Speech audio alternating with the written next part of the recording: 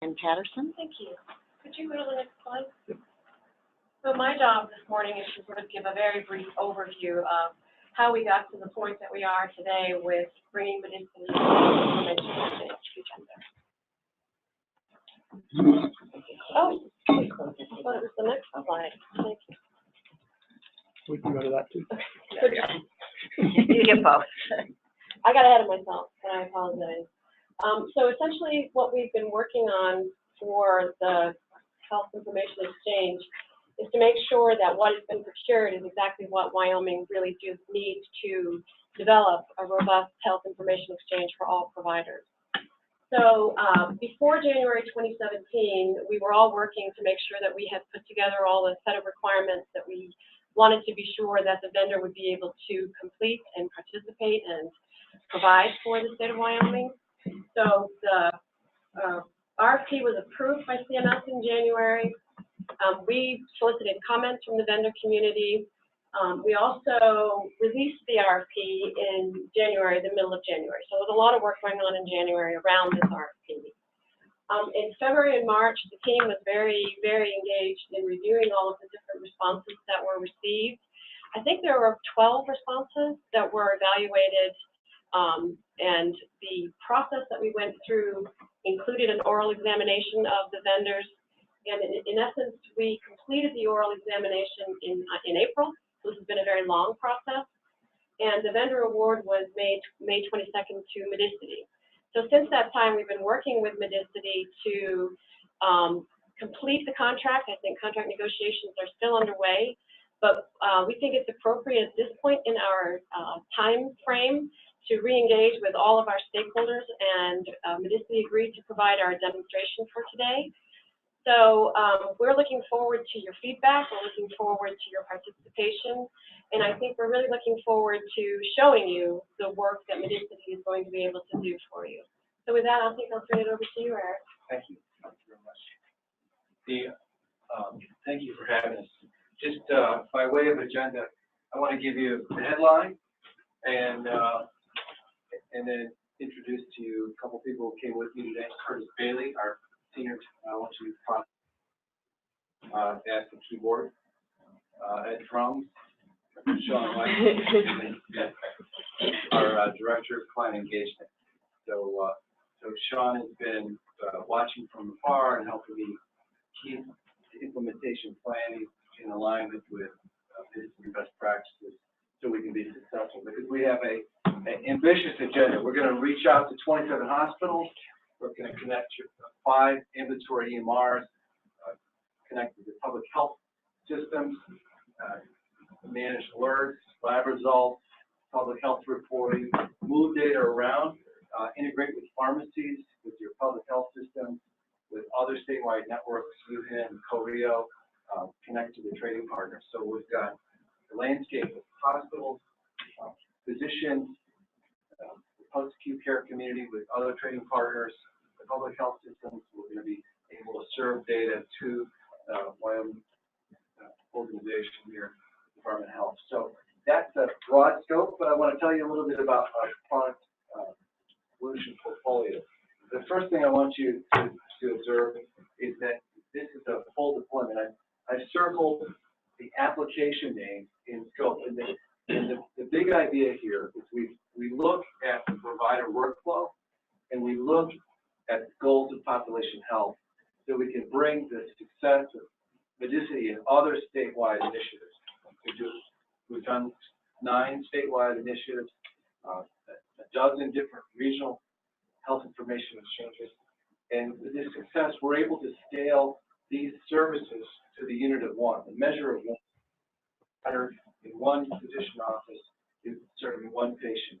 So the way we'll do that is we'll connect. This is essentially a framework for the demonstration that Curtis will show. Secure messaging and closed loop referral management will enable the physician to indicate their preferences for working with other physicians and exchanging patient referrals. Notification will work with ADT information to notify care providers of encounters, whether they're emergency department encounters or readmission or admissions to a hospital. We'll exchange clinical results. And these results can go directly into a physician's EMR, so they can just get the data and work with it and see it in their EMR of choice, or we can present this in a community health record. So we dispatch the data to the other systems that need it, but we present the data in several different ways. Curtis will tell you we have preferences in sort of an order of priority, and the way we'll do that is we'll get you the data in the context of your EMR as you're used to seeing it. We'll get it to you in our community health record, so you can see our work, and essentially the essence of our community health record is the portal that summarizes the EMR data from all the EMRs. But what's really unique in the way we organize information, not only do we make it easy to bridge protocols for each EMR to work, but we answer the challenge I heard from Dr. Key at the Wyoming Medical Society meeting, is to bring this to a scale of one. And what we've done here, traditionally, the unit of exchange is the HL7 message. That's expensive to set up, it's expensive to create. So to reduce the cost of exchange, we're making it possible for PCD sent from an EMR to be the measure of exchange of clinical information. And what that does is it brings down the cost of participation dramatically for those independent community physicians who don't have a three-person IT department to build an HL7 interface. So Curtis will get to that in a little bit better detail. But the big idea is we're bringing this scale to a measure of one.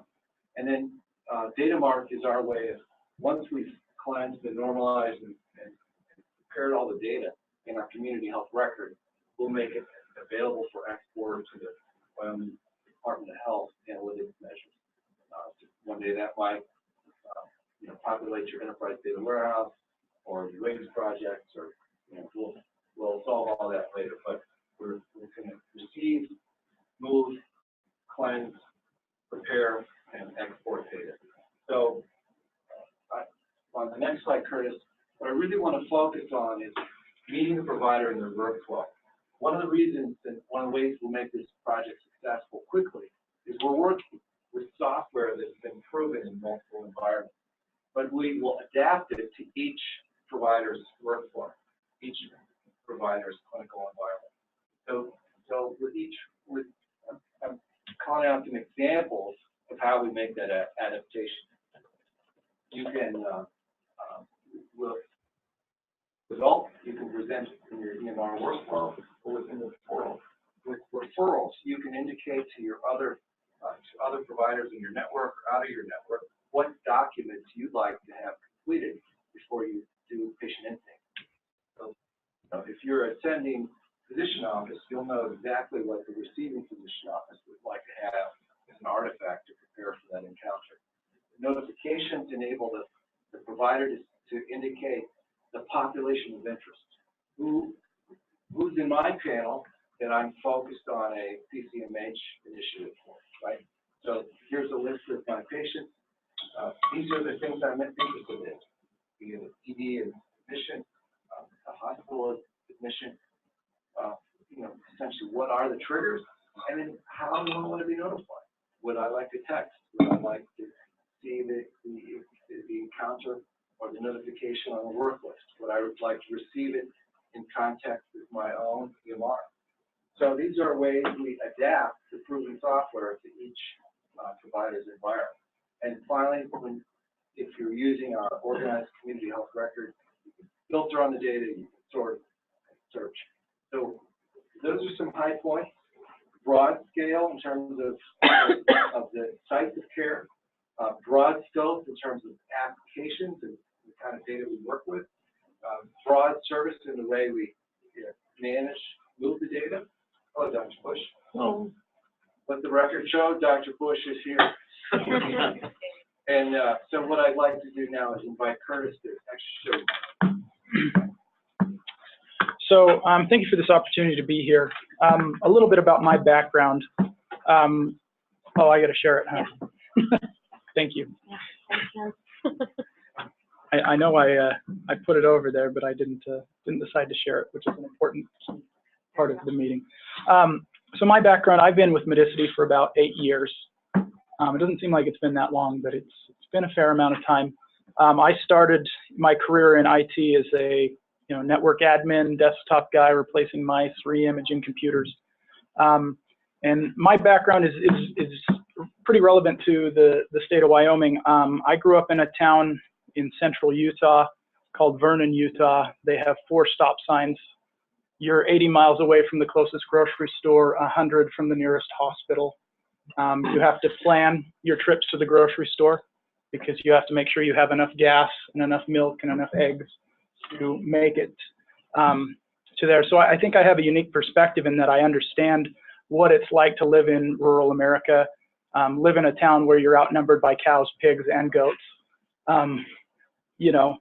And so, like Eric said, the products that we're showing you today are proven products that have worked in a lot of different areas, whether it be rural, whether it be urban, but they essentially allow us to get that data to the providers so they can make the best educated decision at the point of care. Some things to talk about today is I'm going to show you our community health record.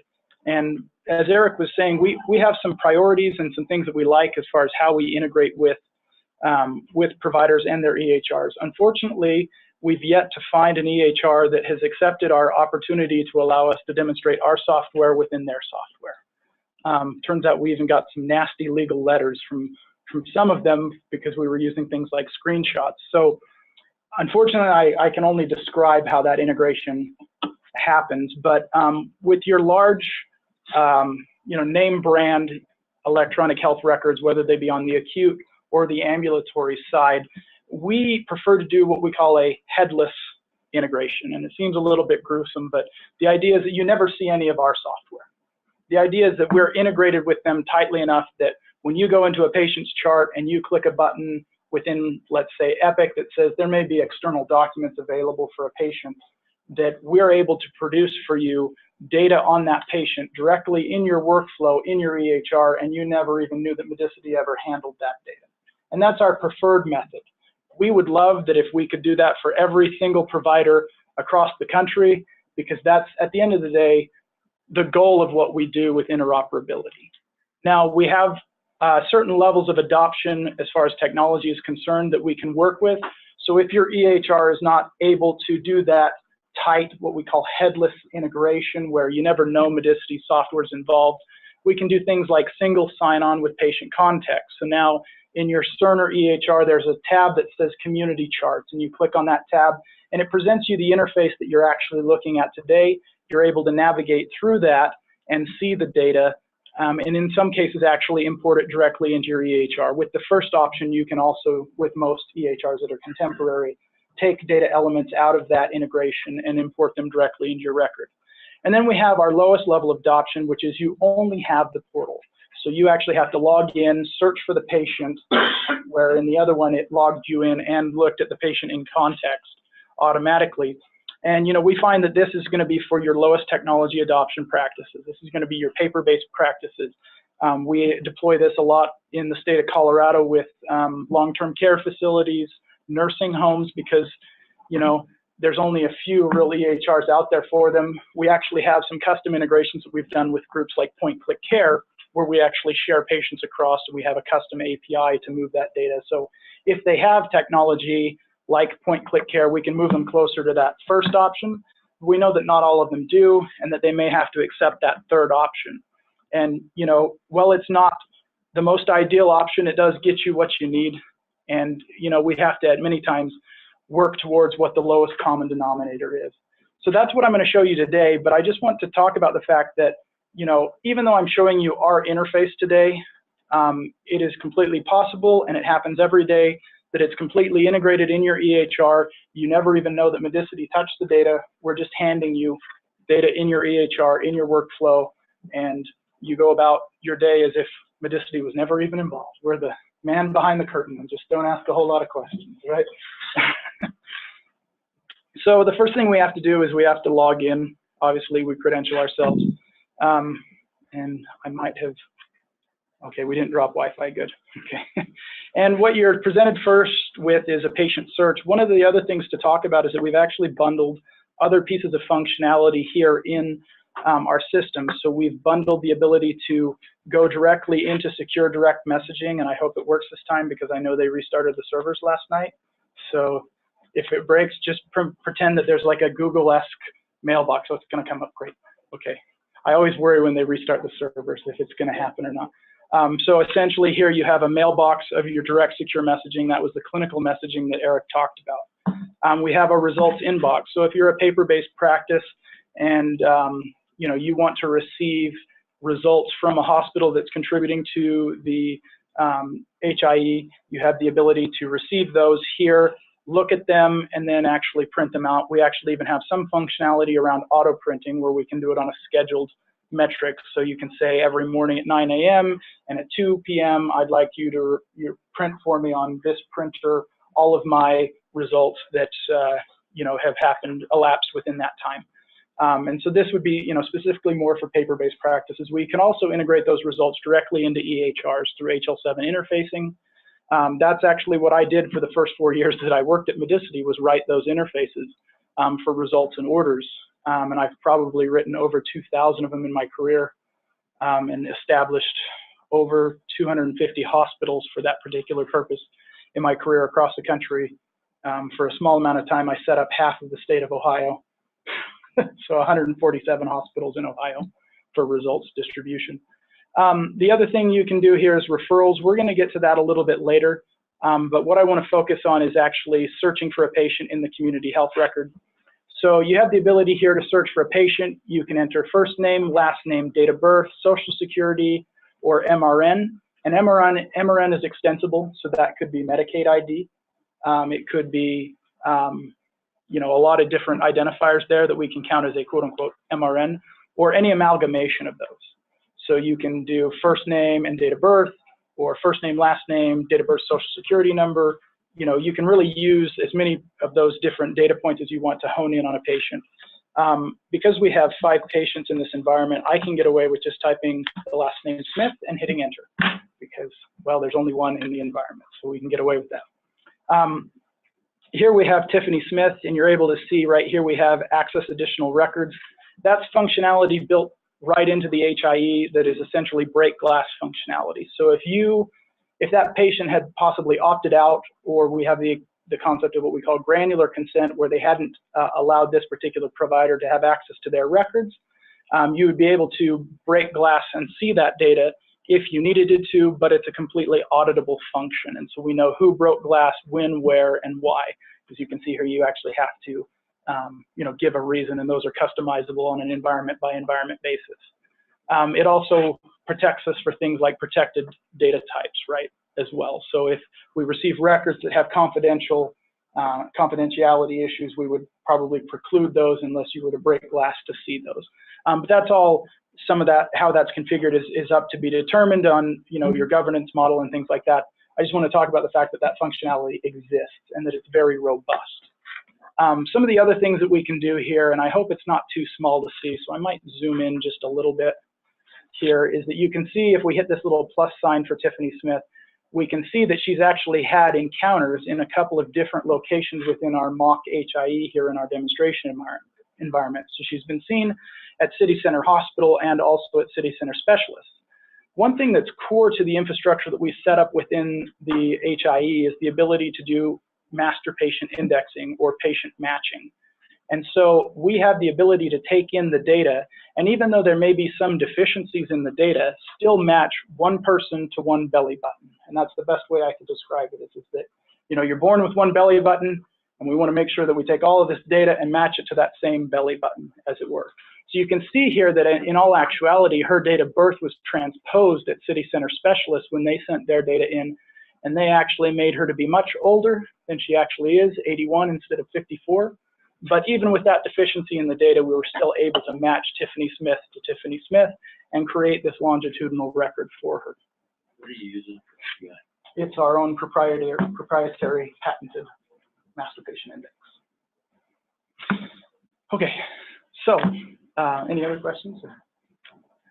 As we move into the patient summary, and I might zoom this out just a hair so it's a little bit easier to see, we're brought to the patient summary. It's kind of an at-a-glance view of that patient. We can see here things like results, problems, reports, medications.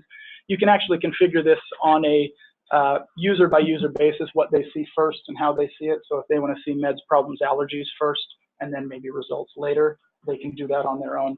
And then as we work down this side panel here, we can go and look at things like encounters. So we're going to see problems, encounters, histories. If we wanted to get to a face sheet for one of those encounters, we can click into a particular encounter, and it's going to give us an at-a-glance view at everything that happened within that encounter. This is actually an empty encounter, which is only because it's our demonstration environment that probably actually created the patient in the system. We'd be able to generate a summary for that entire encounter. We find that a lot of groups that are doing more payer type work like to be able to do that. And we can actually control access where you can say a person has access to things like encounters, but not any other clinical data. And so they'd be able to go in and see things about payment and operations, but not see clinical data as well. After that, we're able to see results. So we can come in here, we can look at individual results, lab, radiology, transcription. There's a lot of different options here. We can filter by the filters that are built in the system. There's also the ability to just do kind of an ad hoc search. So if I start typing in A1C, it's going to filter through all of those different lab reports that are available for the patient and show me just ones that match that text search. And so that's really good if you're trying to do something like a trend on a particular test. Some of the other things that we can do, depending on what kind of data is sent to us, and I'm not sure which radiology it is in this, but we have the ability to integrate with third-party PACS imaging viewing systems. So if they can send us a link, we can actually auto-launch that link from within the community health record to the PACS system so that you could look at the image, which is actually very useful a lot of times. It just depends on if you're credentialed at that particular location as well. You'd have to credential yourself, but I think, I'm not sure if any of these have it. It's one of the other patients who have it. The other thing that we can do is we can bring in medication data. So we'll display any allergies we know about the patient, and we can bring in medication from a various number of sources. Medication orders represents any medications that were dispensed in an inpatient setting. So we're getting that out of a pharmacy information system at a hospital. We can work with third-party aggregators such as SureScripts or HCS, where they go around and they pick up prescription fill data, and then they aggregate it and give it to us. And so we can actually search and show you at retail pharmacies what that patient has actually filled in the last year. What about PD&P stuff? So that's actually the next one right here. If we go to prescription drug monitoring, we can integrate with prescription drug monitoring programs as well. And we find that people really like to use these two together because there may be some medications that don't fall within your prescription drug monitoring program, but are also filled at retail pharmacies that you may want to know about. The other thing we like about this ambulatory medications is that a lot of times you have to do meds rec with a patient. And you know, if they're anything like my grandfather, when I went to an appointment with him, he says, well, what medications are you taking? Well, I take a yellow one twice a day and a blue one every other day. And you're looking at him going, okay, well, how many yellow pills could exist? Yeah. And so, you know, this really starts that conversation because you can say, okay, well, I know that they filled whatever that yellow pill may be, and we know they filled the blue pills, so at least we know they have it on hand. We don't know if they're actually taking it, but it's more information than we had when we started, right? And so this is very useful as well. The other thing that we have is obviously documents. This is where we'd be able to see continuity of care documents, or CCDs. I'm just going to open up this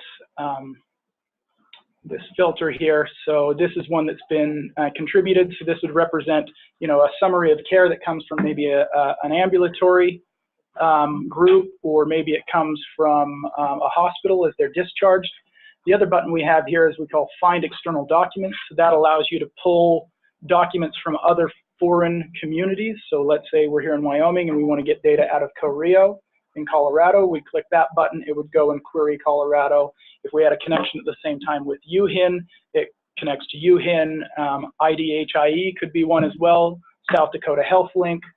but any of the trading partners that are connected to the HIE, you'd be able to access them here. And then after that, we actually have referrals. And I'm going to pause right here because I need to switch environments because we have some new functionality around that external grab of data that I really want to talk about that's very, very important for what you're trying to do. So bear with me while I change environments because it's that quick, and hopefully it doesn't kick me out because my password was in too late. But in this environment, this is our newest environment, and the dev guys don't actually like me showing it because it's really, really new. It's actually not yet released in its entirety. But as we go into this patient's chart, Fred Thompson, and we go to the Documents tab, you can see that that button here at the top is actually changed. And now it says Comprehensive CCD. And so Comprehensive CCD is part of our effort to solve the problems that happen with CCD Exchange today. In CCD Exchange today, you can see here that you have a list of CCDs, and whether you're in your EHR or you're in our community health record, you have to deal with this problem. There are 8 CCDs here, and today you could look at each one of those. You click into it, you scroll down, you look at the medications and the things that you're interested in, you go back, you move to the next one, you scroll down, you look at the medications, the problems, allergies, whatever's contained in that CCD, you scroll back, and so forth, and that's how it goes. And that's very time consuming, it's a lot of clicks, and I've talked to enough providers to know that they really don't like it, right? And so what we've done with the Comprehensive CCD is what we will actually do is when you click this button for the Comprehensive CCD, we're actually going to take all of those documents that live down here in our repository. We're going to take all of the HL7 that we know about a patient, and we're going to kick off queries out to UHIN, Colorado, IDHIE, anybody else that we have connections to. We're going to bring back their documents, and then we're going to smush them together into one big document. And you think, okay, well, rather than having 10 one-page PDFs, now I just have one 10-page PDF with a bunch of duplicate lines in it. Well, we solved for that as well. So as part of this process, what we do is we go through and we actually standardize each individual element to a known library, whether it be ICD-10, SNOMED, LOINC, vaccination is VCD, I can't remember. But we normalize them to standardized dictionaries within the industry, and then we deduplicate. And so instead of taking 10 one-page PDFs that all have the same medication 4 times, we present it to you one time. And so I'll show you what that looks like in our system. So this is an example of a comprehensive CCD where we've taken about 8 CCDs and collapsed them into a single CCD that we've deduplicated and normalized. And we could present this here within our interface, or we can hand it back to you in your EHR. So in your EHR, when you ask the HIE for documents, instead of getting back 8 documents, you get back a single document that encompasses all of those documents. And some of the things that are important to look at with this is that we have allergies here. So we know we have a sulfitazine allergy, and you can see, I'll just zoom in just a little bit so it's a little bit easier to read, maybe not quite that far. But we can see here that we've actually had that contributed to us in 3 different CCDs, and they actually coded them differently. We have sulfa, sulfazine, and azulfacine. And so those 3 different ones were normalized to sulfacine and to the RX norm code, and we've presented it only one time. The other thing we do this with is actually we do it with 17 sections of a meaningful use stage 2 CCD, and we're working on the other 6 sections now, but we started with 17 because we felt like those were the hits, and then maybe we'll move on to the less known. Totally to throw wrench in just real quickly. So like 4 of them say, okay, he's on metoprolol, but you pulled 8 different CCDs. Is there a way to let the other 4 docs know that, yeah, this guy's on metoprolol? Not yet. We're working on that. Now, one thing is if they queried for this document, they would know. But are they on full medicity? Well, that's the question, right? We'd love to get everybody on it, right? I mean, that's part of the blind spot. We're working on one problem at a time, right? Is let's get this data together, let's get it cleansed and normalized so that it's very useful, and then we can work on pushing it to as many stakeholders as possible. let that be the reason everybody participates. That's a really big one, because you can see that only 2 have them on the lisinopril, 4 have them on the metoprolol, 3 on the naproxen. There's a lot of inconsistency there. Mm-hmm. And, you know, that's one of the reasons why we did this, is because we actually have clinical teams, which we have, you know, promised in the contract to engage with our engagement with Wyfi, that's part of what they do. They do things around clinical programs about going into physicians' offices and talking to them about how this type of a workflow can help them to do things like medication reconciliation, and that how they can be better at medications reconciliation because of the technology that we're providing. And we actually have case studies from other clients where we've done things just like this, where we've had our RNs go in and sit side by side with the doctor, show them how to use the system, and show them how the data can be so valuable to them that in one group they saw in 1 month a 3,000, their number of queries into the HIE increased by 3,000 unique queries in 1 month, because 3 physician champions found out about this and talked to their colleagues. And what they were scanning at around, it was about 1,200 unique queries a month. And then these 3 physician champions were trained on this, went and talked to their, you know, friends about it, told them about it, how great it was, and it went up 3,000. And then we had an incremental growth of about 15% for the next 6 months after that. So, you know, we're really committed to that paradigm of bringing technology, but then also working with providers so that their technology and workflow can blend so that we can have better outcomes. So last little part on that, I'm going to switch back to the other environment. I'm going to talk about referrals. So the last tab you see here in our community health record is referrals. And this is the one thing that doesn't integrate really well with the EHRs. And EHRs are kind of interesting as far as this is concerned in the industry, because there are some EHRs out there that have referral capacities within them or capabilities. Generally, what you find with those is that they only work with their flavor. So if you have eClinicalWorks, you can refer to another person on eClinicalWorks. If you have Epic, you can, you know, but interoperability between them as far as referrals is concerned is at best lacking. And it's something that the industry knows. Part of the problem is there's no real specification from HL7 or anything like that that really deals with the idea of a referral. So when we developed our referral product, we built it outside of the concept of an EHR. And part of that is because we realized as we started to evaluate workflows in practices, we realized that in many cases it's not providers that are actually doing referrals. It's referral coordinators, nurses, front desk staff. And so for them to log into our portal and do the referral is not nearly as burdensome as it is for a provider to do so. So here in our referrals product that we've bundled with our community health record, you can see a little bit of history about what that patient has done, and then you have the ability to create the patient referral.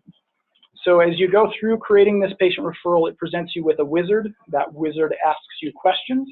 Based on those questions and answers, we have the ability to customize that referral for the person that's receiving it. And that's something that Eric talked about is that you as someone receiving a referral have certain pieces of data that you need to know before you accept that referral, or else you're just going to be playing phone tag, fax tag, trying to get that data before you can actually take that person in and provide care for them. So we've tried to simplify that process. So the first question we ask you is source. Who's sending me this referral? And the reason that this exists is that we have the idea that you could be an administrative user like a referrals manager in a practice that does referrals on behalf of multiple providers. Or you could just have one doc in your practice, but you know, we have to prepare for that eventuality. So the provider I have set up in this environment is in a single doc practice. It won't let me do the drop down, but just know that you can administrate on behalf of other providers if need be. It knows where you're at, and if you have any sort of network association, this is optional as far as how you build the system. We can take this out, we can put it in our demonstration environment. It exists here, but this could be something like an ACO, it could be your patient-centered medical home, it could be a network such as, you know, a payer network, right? So these are your Aetna or Cigna or whatever it may be. I'm just going to say decline to choose because I don't want it to limit my ability to choose a provider. So as I go into next, I have the ability to choose who I want to send that referral to. If I check this button, I can send it as a direct message to them, which takes away some of the two-way communication that you can have within the system. but it does, satisfy that whole transitions of care piece because it's sent over direct. Other ways that I can look for a provider is that I can search in-network only. I can search by service or specialty, practice location, or provider name. And so I'm going to go ahead and just choose Betty Diaz. Maybe I am if I click fast enough. We can see that she's at City Center Hospital, but you can see that the screen changed here. So the first thing that it's presenting us with is her inbound preferences. So this is information she's programmed in the system or has been programmed into the system on her behalf, which is more likely, that lets you know a little bit about her practice so that you can have some understanding before you even send that referral to her. So you know her office hours. She's actually attached a new patient document that she'd like filled out and sent with the patient before they're sent over to her. If we go ahead and hit next, it's going to ask us things like reasons, comments, any authorization information you may have. If there's an ICD-9 or 10 code that's about this referral, this is my new favorite ICD-10 code. There's many, and they're hilarious, but problems in relationship with in-laws. Anybody who's married, you could probably get coded with that because I don't know anybody that's ever fully gotten along with their in-laws. My in-laws are pretty good, but occasionally, So we'll go ahead and go next. Now, the thing is it's asking us questions. So it's giving us a referral questionnaire. This referral questionnaire was programmed by Betty Diaz, and this is specific information that Betty Diaz needs to know before you can send a referral to her. If I went in and looked at Dr. Banks or any of the other doctors that are in our system, this referral questionnaire would be different. And so it's done on a provider by provider basis. And in our next version, it'll actually be able to look at that condition that we're looking for and actually change the questionnaire based on that. So I have my cardiology one versus and I'm not a clinician, so I'm going to go with something else that a cardiologist might do. Heart failure versus arrhythmia. Yeah, it could be a heart failure versus arrhythmia is a great example where they have one questionnaire for that versus a questionnaire for this. And so based on what you selected in reason tells us, which one of these questionnaires we should present to that user to fill out before they send us this referral. Some of these questions are required. So you can see a red asterisk here. So I have to actually say when the last hemoglobin A1C happened and the last cholesterol screening. We're going to say they happen on the same day because you're probably already there, so you might as well get both drawn. And we're going to say that they have a pneumonia and a flu vaccine. So I go ahead and hit next. Here at attachments, I have the ability to actually attach any documentation from my system that I'd like, so I can export a PDF, a CCD. We really don't put any limits on the type of data, just the amount of data, 20 megabytes in total, because we had some radiologists who thought they were cute and tried to move multi-gigabytes, PACS images, and that kind of caused some problems for the systems. We put 20 meg cap on it. But you can put anything you want, documents, PDFs, whatever it may be. The other thing is in the newer version, they're going to be able to call attention to data that's already within the community health record. So if there's results like the last 4 A1Cs that you want to call attention to, you can kind of attach them, but the data lives within the community health record. After we're done with that, it asks us to check our math, make sure everything that we put in there is correct, and we click refer. So when we click refer, what happens is in that referring provider, their community health record, this little number right here goes up by 1. And so now we move to the referrals work list. And this is a list of all of the referrals that have been received by, in this case, Dr. Colin Banks. And so now you have a kind of an at-a-glance view. You can do things like statuses, such as consult added, it's new, I've scheduled it, I've completed it, maybe I've declined that particular referral, which lets the person on the other end know that those have happened, and you can set up notifications through email that those statuses have changed and things like that. If you're in a multi-doc practice, you can assign it to different providers within the practice. You get a little bit of at-a-glance view. You press the plus sign here, and it expands to show you more about the information that was in that particular questionnaire that was filled out. In this case, you can see they've actually attached some documentation, such as a medical report, an insurance card. The other thing that's really nice in here is that we have kind of a secure texting or chatting that happens only within the context of the of the referral. And the reason we developed this is our product managers who developed this product, when we went to do it, we actually took them and we made them sit with referrals coordinators for 6 months. We made them do their work. And what we saw was there were a lot of sticky notes around the monitor, right?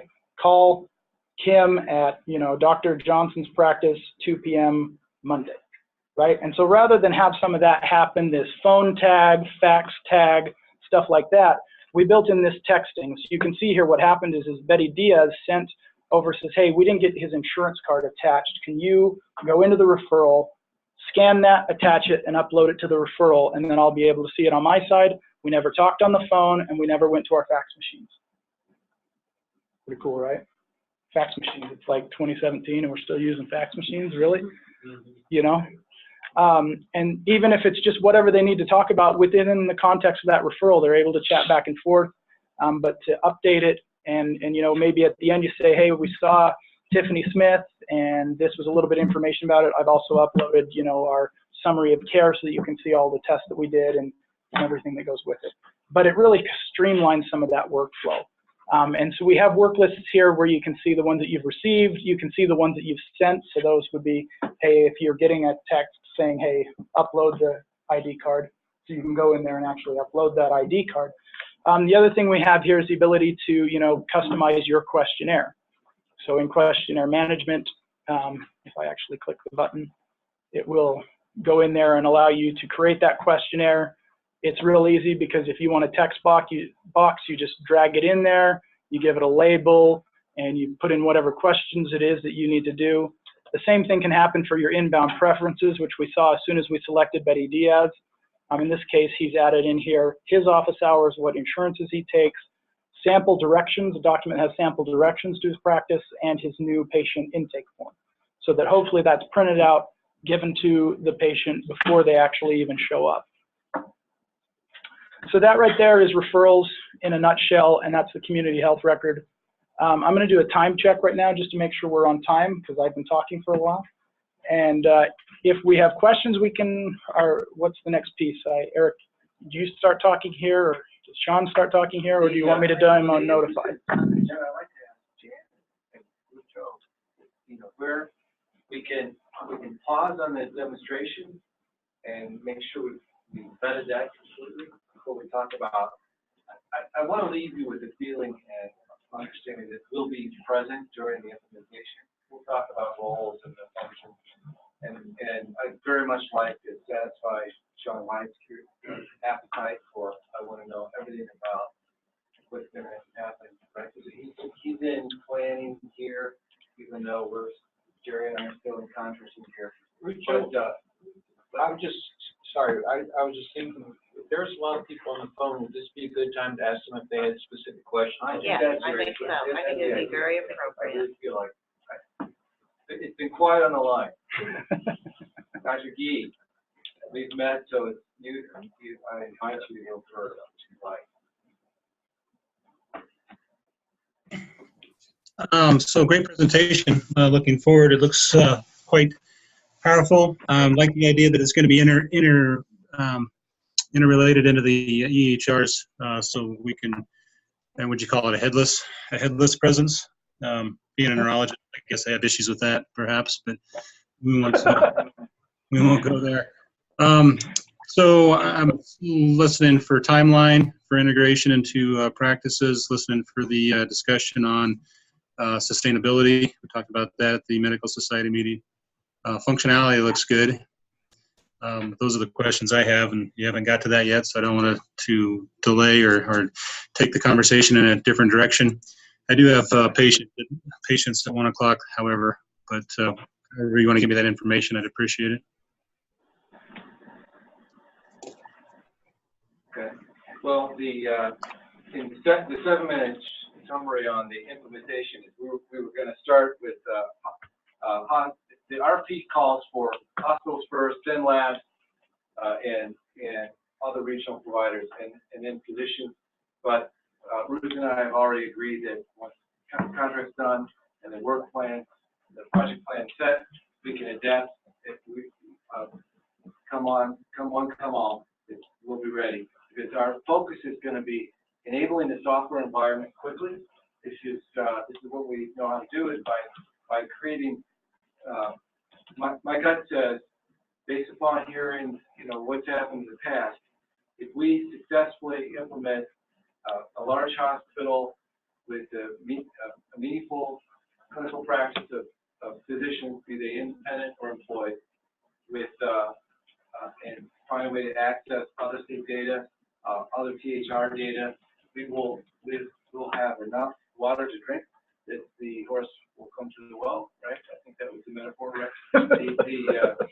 I too grew up on a farm, Kurt.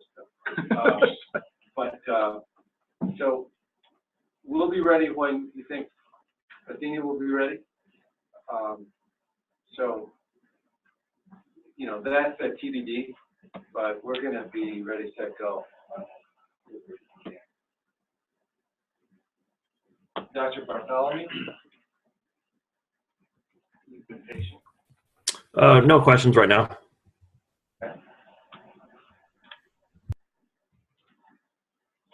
Any others? Yeah, I say we'll open it up to anyone else on the phone that has questions, or in the room for that matter. We have a couple hospitals already hooked up to HIEs. I think Sweetwater County's hooked up to the Utah HIE already. Mhm. How does that whole process work? I think we have a couple that are hooked up for Rio. So, I mean, Nobody's in Lehigh though. it really kind of depends on, they could still leverage that. As a benefit of joining the Wi-Fi, they gain access to everything that the Wi-Fi has access to. So it may be in some ways duplicative for those individual groups that have gone out and done single connections, what we sometimes call one-off connections, right?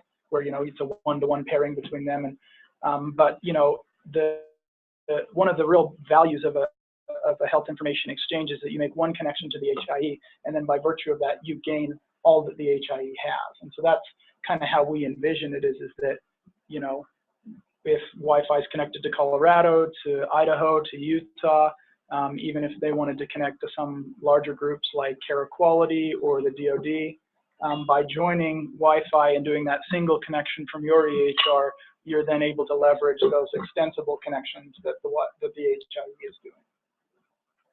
Okay. So I guess this is getting into the weeds a little bit, but let's use Sweetwater County as an example. They're hooked into the Utah HIE, Mhm. which is not Medicity, No, that's and they've expended, I think, over $35,000 to get connected. So, how do we help them? And I guess this gets into Dr. Gee's question and my concerns about sustainability. I don't think we've even started down that path yet, and I think there are a lot of unanswered questions from my perspective to go out and sell this to 27 hospitals in the state that this is sustainable and a good way to go. Well, should we take a moment on sustainability? Yes, please. All right. So full disclosure, I study a lot of math, and I've been in this industry for decades. So I got it. I heard you, and the first thing I did was I read up on the 90/10 funding to understand how that works, and I listened to when I saw on the Wi-Fi website that you have a sustainability committee, and while there were no meeting minutes out there, the fact that there was a sustainability committee told me enough that I should think about the future. So what we did was we managed the pricing and the structure of the relationship between what we're calling in the contract the agency or the state and Medicity. So our recurring fees were lower by nearly tenfold all the other vendors. So for starters, we've got the recurring fee down to a manageable monthly number. I think back of the envelope math of $1,000 a month for a hospital. So we made it easy by working smart in the beginning. So but sustainability will come on a couple different dimensions. One, there's power in all the data, and we want to make it easy for community physicians to contribute data. So when Curtis was showing you how the comprehensive CCD, we pulled and normalized the data from multiple parties. We were taking information seven feet from hospitals, but we were also taking it from physicians. So we're saving time and resource in simplifying the connection. So the sustainability, in my opinion, comes from the power of creating this, and then pairing our clinical resources and our people who travel from client to client and, with your end users, because the sustainability comes when you think of the data you've collected and you try to imagine how other stakeholders in the healthcare community can benefit. We have payers in knowledge sequence participation, right? The smart payers come to HIE and they participate. They invest to make sure to help make it sustainable, and they benefit. So in Ohio, where we, what is it now? 256 hospitals.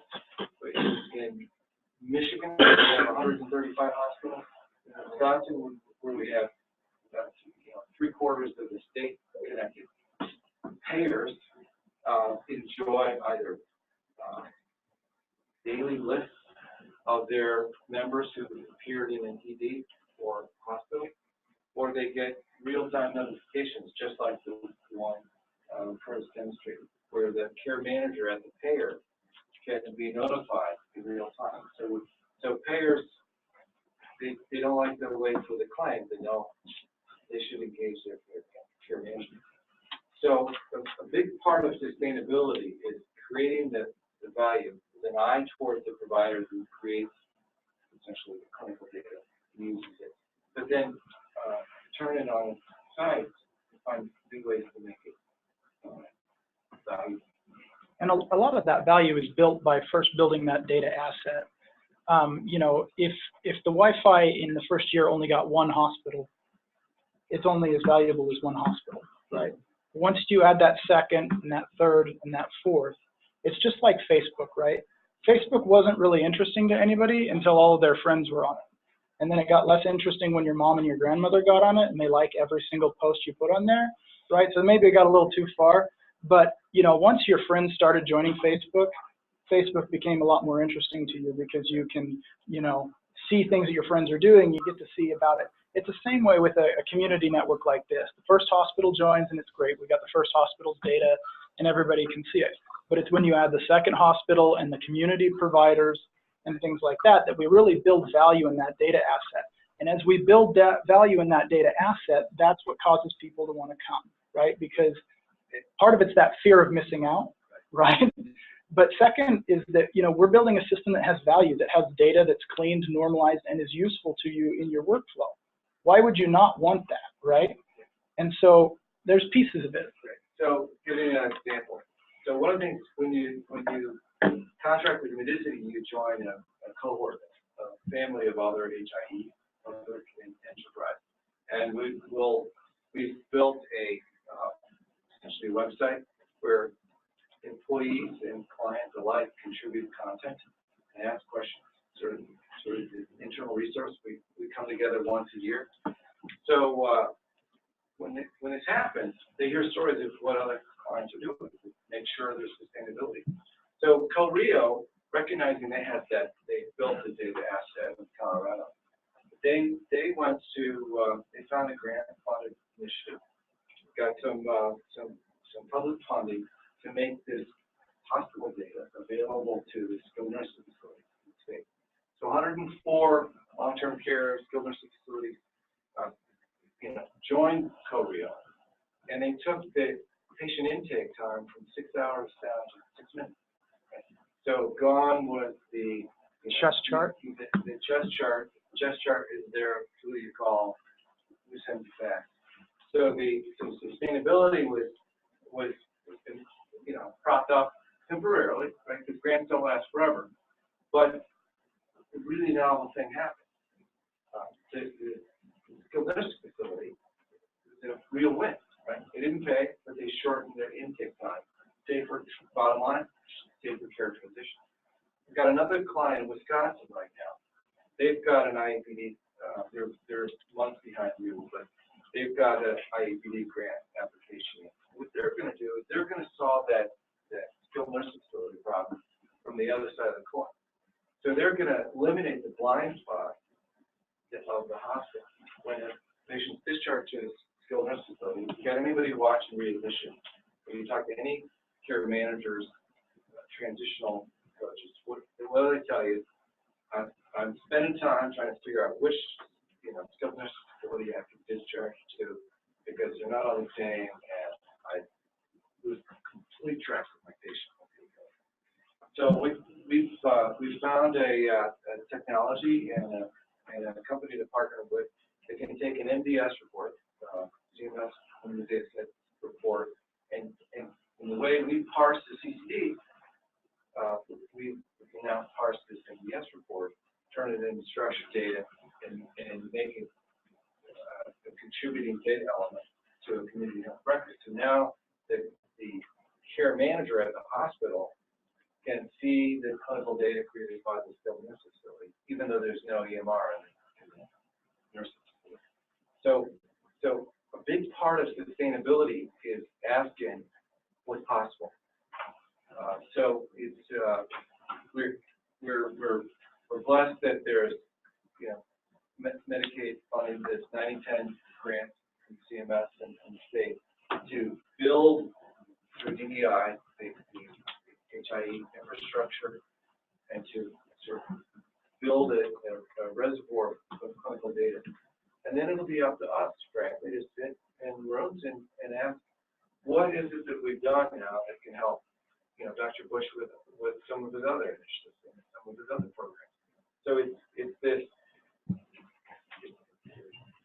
somebody, I studied econ, the thing you learn in econ is the law of diminishing marginal return. And I know, Katie, you studied econ. Yes. Right?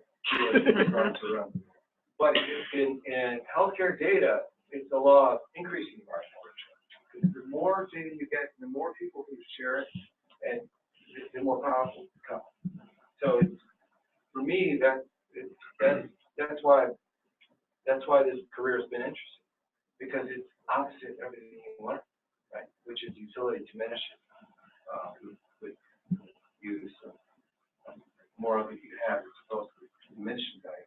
But with an HIE, the more of it you have, the greater the value. So that, to me, that's the excitement of the sustainability question. I volunteered once, and I'll volunteer again at the end. Hi, guys. This is Deb Anderson. Can you hear me okay? Yes. Yes. I think one of the things that, could help is the discussion of a use case. And I was trying to go back and find some of the original documentation, and unfortunately, I obviously didn't file it where it was easy for me to find. But an example of a use case, in my opinion, would be, the quality improvement work that we have to do within the organizations to reduce harm and improve patient care. So if you think about readmissions, readmissions are huge. They're huge for the hospitals. There are revenue streams that are available for the providers who care to work on transition of care management for Medicare patients, chronic care management for Medicare patients, and hopefully where Medicare goes, other payers will follow as well. So, if you focus on a specific use case of how could this data be helpful or beneficial, it touches many different aspects, and there is a little bit of a bang for the buck there for hospitals as well as the providers within specific communities. Do we have any specific examples of that to share? Sure. Deb, this is Dr. Bush. So, we were just, again, going over our Wyoming Superutilizer Program, or WISUP program. And again, the interface between those patients who are in a patient-centered medical home, the Y Health case managers, they may have some interface with the public health nurses, the ability to share that data and information about admissions, discharge, transfers in real time, rather than chasing them after the fact, and being able to have all that laboratory data and case manager communication all together in one spot. Again, these are our 5% of the patients who are 50% of our costs, and a lot of that's around emergency room, admission and readmission data, which is what we're tracking. So it's very important to us as Medicaid. It's very important to public health nursing, especially when they get into some of their family nurse partnerships. It's very important to our patient-centered medical homes. It's very important to the hospitals, especially when we start talking about reducing payments for readmissions. You're always talking about reducing payments. Oh, we'll get there. We'll get there. So back to WISA. So are there care managers at WISA? Yes.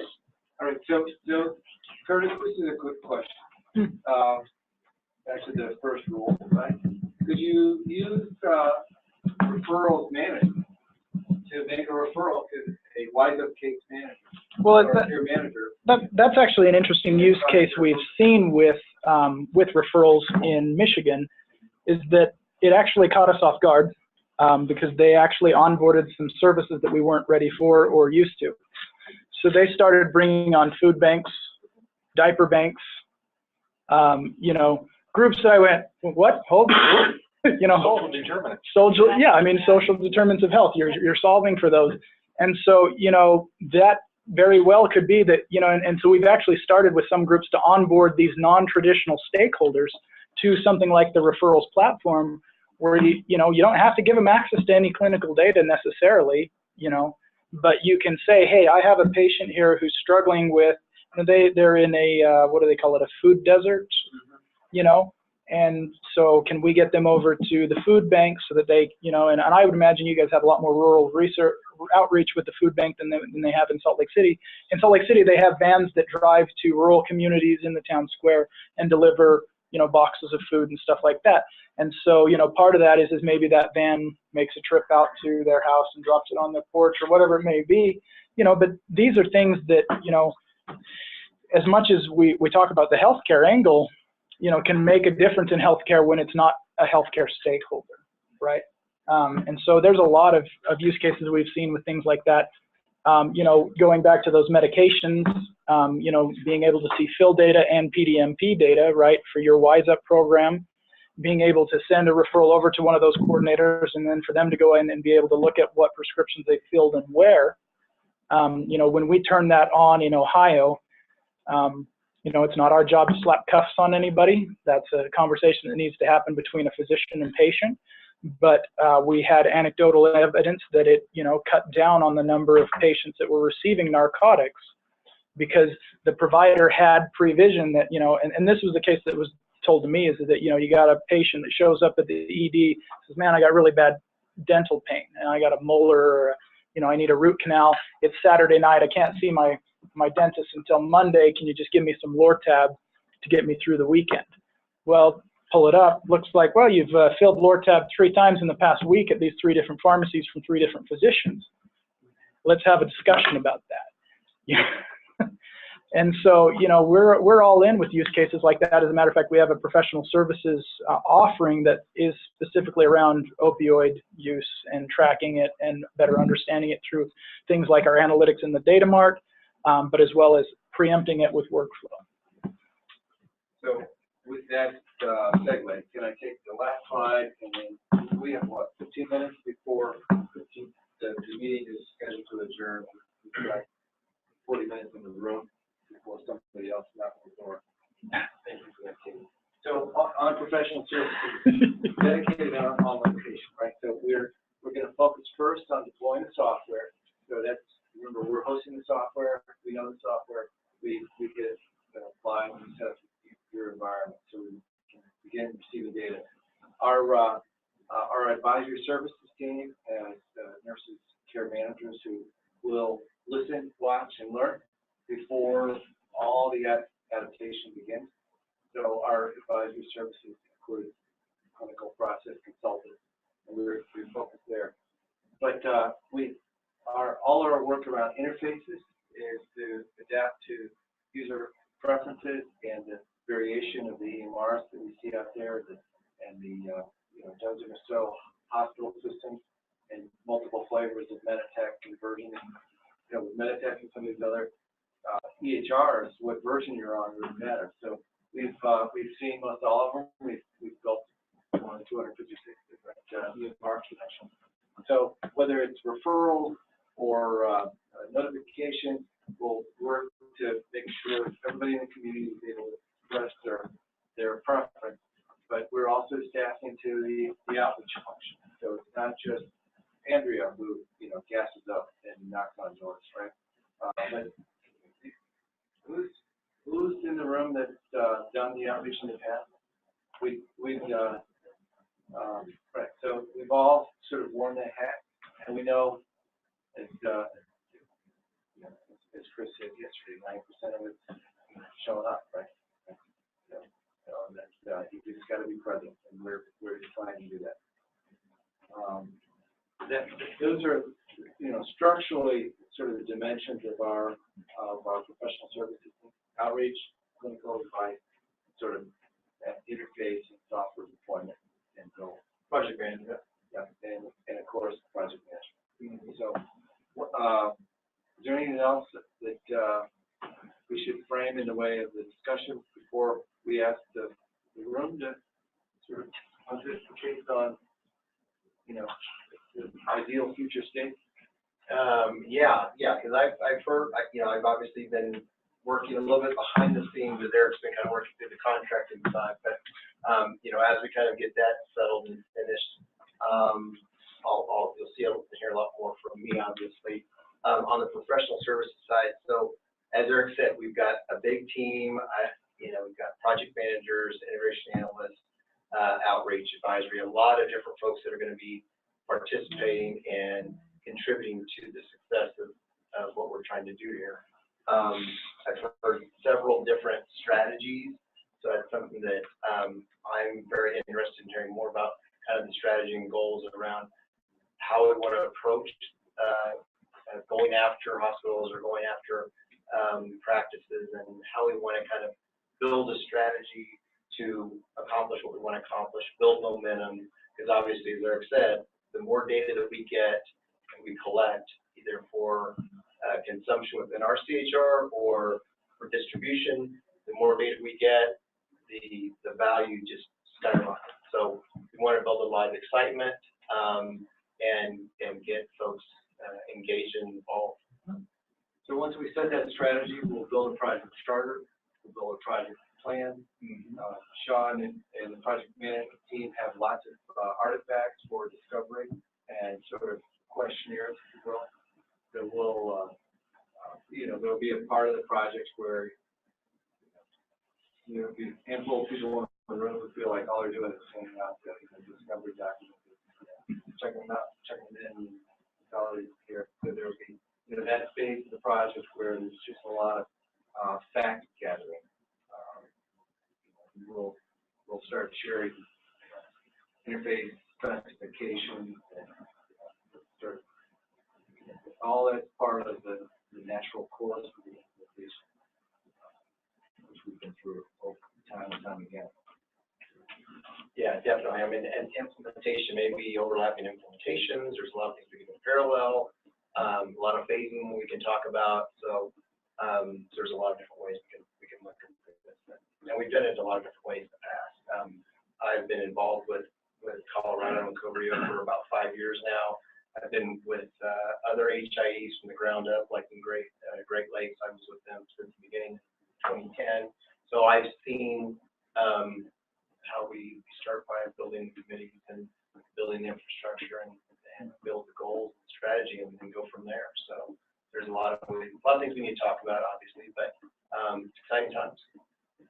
I think that's one thing I want to reemphasize to the people on the phone is, I heard from a lot of physicians are concerned that this is all, the cake is baked, and it's not. We have a vendor, we have a plan, but especially around the sustainability, because our number of hospitals, our number of providers is so small, there are still several avenues open.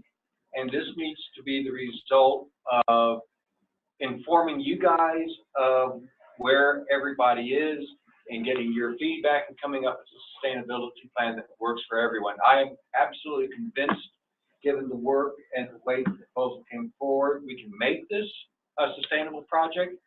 But I want you all to know that your input is still very important. All the committees are still very important.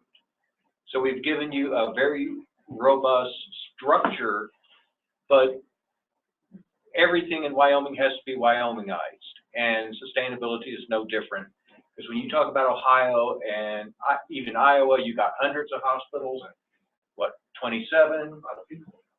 And we're very conscious of that. And I just want to reassure the people whom I've spoken with that your input is still important. Dr. Bush, to add to that, the two committees, this is the steering committee that's meeting, and the subcommittees are all sort of preliminarily planned for us to send out invitations to all of the folks on the steering committee and our stakeholders. So we do plan an outreach committee, the technical subcommittee for, I think, next week or the week after, and then the sustainability committee and the legal and policy, privacy and security committee for the week after that. So we're looking to start to really re-engage with all of our stakeholders to sort of get to Dr. Bush's point that we want your input and we would like it now as quickly as possible. So thank you. If I could just ask a quick question too, this is a little bit maybe other side of things, but in your slide 5, you kind of mentioned public health, and I know early on, you know, and kind of before you went out with the RFP even, we envisioned potentially, you know, we've got our public health systems primarily connected to the Medicaid HIE right now, and I think we thought at that time that it would be connected to the statewide and if I get terms wrong, I apologize because I'm not an IT person, but to the statewide HIE through that manner, and we didn't really talk about public health reporting or systems, but are we still in the really planning stages of that, and we haven't made any decisions, and we're, I mean, is there anything additional that you can say about how you envision public health fitting in here, I guess, is my biggest question. I'll start in terms of the level of detail we've got in the contract, and then there may be others who can help augment that. But you have 4 public health systems, 3 are connected through the THR gateway today. Correct. So you've got ELR, which is electronic laboratory reporting. You've got WIRE, the immunization registry, and you've got your cancer registry. Right? So those all go through THR, as I understand it. And what's the fourth? And then the fourth one is HMS syndrome surveillance. Oh, okay. So the way we've helped others with public health reporting, we'll take the data from the hospitals and pass it to public health agencies. Right? So we're the handoff. So what we expect is we're planning for a receipt from the THR gateway, or I'm sorry, a pass to the THR gateway. And then I understand there are, EMS has a system and a trauma registry system. So we're planning for waters, WATRS, you call it waters. Right. So you've got your trauma registry and your water system. So those are all, contractually, those are also in scope. So we've got eyes on 6 different systems, 4 in the public health, domain, 2 in the spirit of public health, 3 connected through the THR gateway, others that we'll manage as we have before the direct connection. What other applications do you offer? If any? I think that covers it all. So if I understood you right, it's still going through the Medicaid HIE, correct? Okay. Right. The basic concept is, again, anything that's within the Department of Health, we're trying to connect to the gateway. The gateway will connect with Medicity, but the hospitals, anything that the hospitals are submitting, like syndromic surveillance, can come through the Medicity since they've already got that connection. Yeah, They will feed that then into the gateway. it's economies of scale, right? So if I already have from every hospital in the state their lab feeds, I can do ELR really easy, right? And that means that they can cut off an interface that they had that they were maybe sending to public health, and just have one for the HIE, and that HIE interface counts for two things, because now it's to feed the HIE, and it also feeds their ELR data into public health. And so it's part of, economies of scale that, we're already out there doing these, connections to hospitals that they can kill two birds with one stone. Right, but I was thinking that you were just mentioning syndromic surveillance too, and that's very separate, correct? Because that's not based on labs, that's based on, they're presenting problem to the ER. Well, I mean, we get things like problems in ADT. So, when they code in an ADT at admit, they're going to give problems. And as that ADT encounter gets better, those are going to change. We're very acutely aware of what you present with and what your final diagnosis are very different. We scan those and look for those ones that are syndromic, identifiers or reportable. And we say, okay, we didn't get 5 in the first bit, but the last one was the right one, shoot it over. And so, we can do literally surveillance of that feed of ADTs, admit, discharge, transfers, for those different, problems that you're looking for in syndromic, and then based on that, route them over to public health accordingly. And so because they're already sending us ADT feeds as a part of the HIE so that we can put it in the community health record and we can include it in those CCDs that we give to providers, we can also take a copy of it and send it over to public health.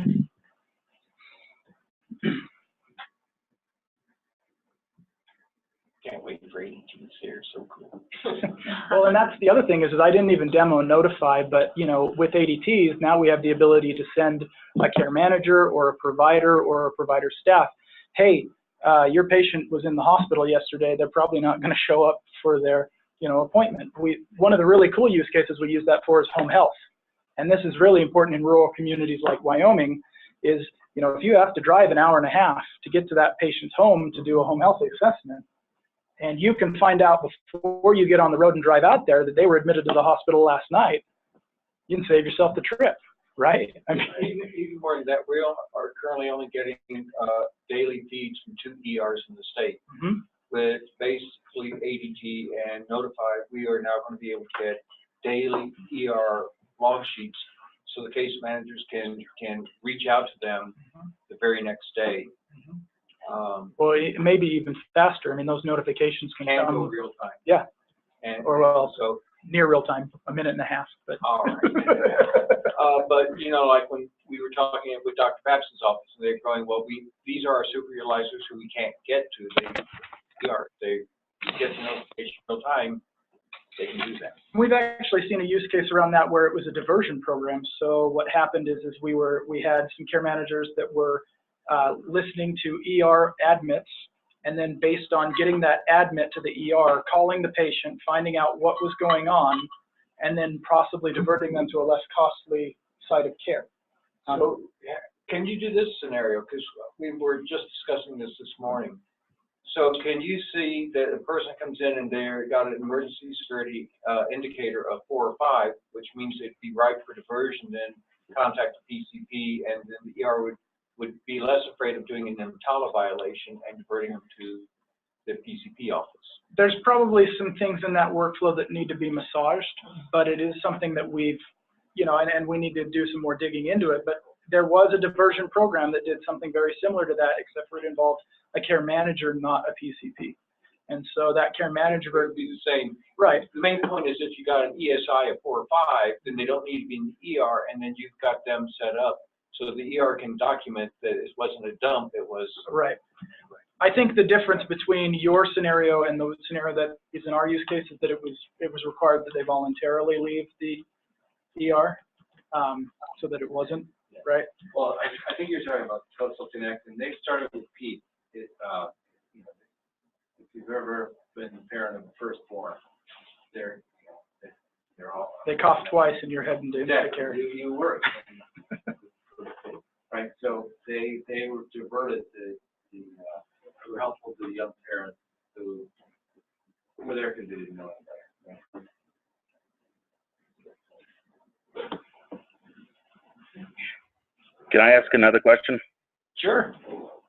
Yeah, this is Joe. I'm an epidemiologist, so I come about the data on the other side of things.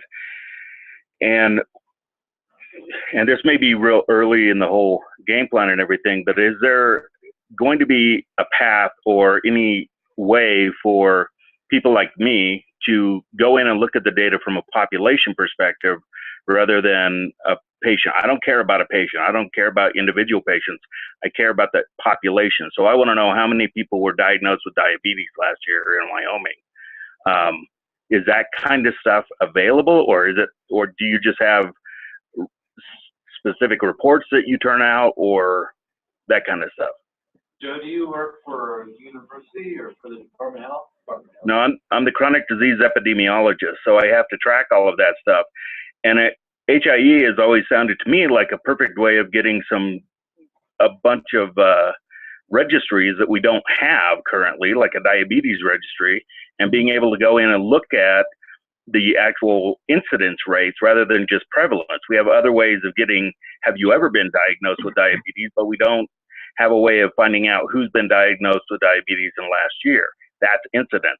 That's the kind of stuff that I would love to be able to have, but until I have an opportunity or till I have a way of getting into all of the tons of data that's coming in, we don't have that kind of stuff. We have one cancer registry and that's it. Short answer, yes. Yeah. Do you have an analytics platform? Because we have a way of, if we've got the data, we can get it to you. Okay, well, my main thing is it possible? And you just answered that, so that's great. I think our subcommittee can work on the technical side later on down the line. Thank you. The line item that you see is under Explore the Data Mart, where that's where we're actually exporting data that's gathered by the HIE. And, right. you know, you can bring your own analytics. We can help you with some of that. There's a lot of possibilities there, but some of these exact things that you're talking about, I've seen our product manager for this particular product build on the fly reports that deal with those. So the data is there and in a format that is accessible to do what you're talking about. Cool. Thank you. This is Clay with the infectious disease side. Would it be possible to set up a separate meeting from this kind of bigger group just with the public health groups that are going to need the public health reporting? Some of the things that were mentioned earlier, I think maybe there's a little bit of misunderstanding of exactly what we're currently getting and how we get it, and it might be good just to clarify that and have a plan moving forward with how we integrate with the HIE on that data receipt. Sure. Sean, tell the group, the answer is absolutely. We'll fit it into the project plan and the implementation so that all the people who need to act on it hear it with you. You know, I want to make sure all the right people hear it, so I don't want to have you have to tell the story more than once. Yeah, we can definitely coordinate and kind of talk through that for sure.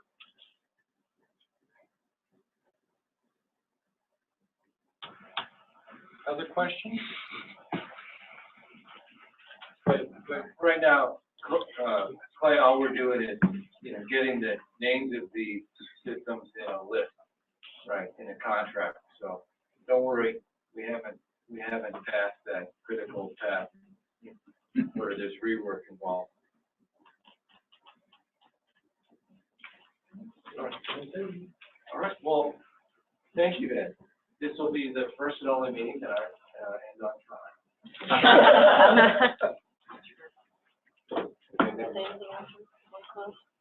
I do want to thank every one of you who participated today, either by phone or in person. And as Jan said earlier, the invitation is going out. And if you want to join one of our subcommittees, please let us know. We welcome you with open arms. And please participate. We're looking forward to your input. And thank you for coming. I only heard Great.